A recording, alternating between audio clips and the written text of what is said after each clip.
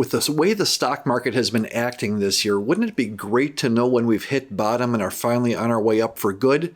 That's what I'm thinking about.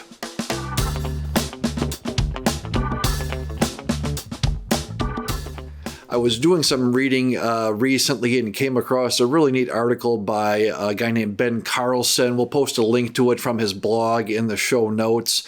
And it was exactly like, when is a bear market over? I think was the exact title of it. Like, how do we know when we've hit bottom? And you have all these ups and downs periodically. And it came out earlier this summer. And, but back in August or so, we had a really nice run up several weeks in a row. And it kind of felt like we might be out of the woods. And I think his article was talking about like, just because things don't go well, don't start going well, don't think we're on easy street all of a sudden. Of course, shortly after that, end of August, things tipped over again.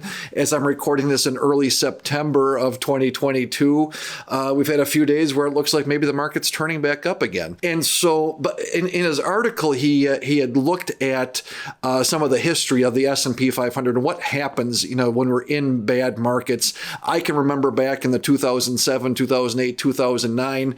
This time around feels very similar to that, with wild swings, 2-3%, almost it feels like on a daily basis, markets up, markets down, those big numbers.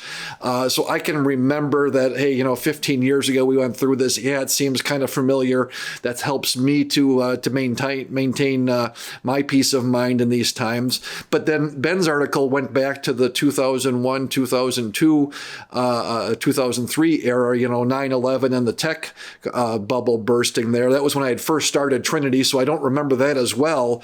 But it's really interesting to take a look at this chart here over a period of time. Of course, the overall thing shows, market going all the way down before it finally starts going up. And then to the right of this, it's not on the printout. It keeps going up for good after that. But look at those bottom points, right? We had a big drop and then up 12%. And then a big drop and then up 19, and another big drop and up a couple of up 21. So from bottom to, the market's bounced back 20% here now. So on the one hand, a takeaway from this is, listen, just when it goes up, maybe as he was saying in the article, it goes up 10, 15, 20%, doesn't mean we're out of the woods. Like, no, there could still be bad things on the other side. Be prepared for that. I look at this and say, what it really gives me is that reaffirmation of what I remember from 07, 08 to what I'm feeling now, is that this is not unusual.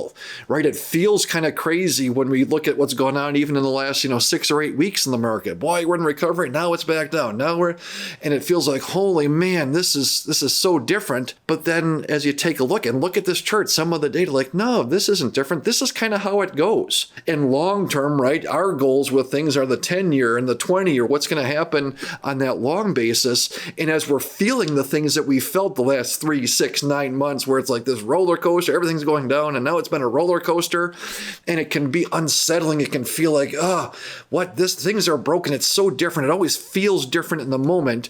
And I look at things like like this chart, and I go, oh no, that's right.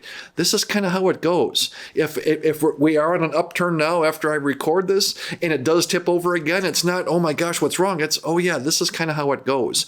And having that perspective is really helpful for me. I hope it's helpful for you also.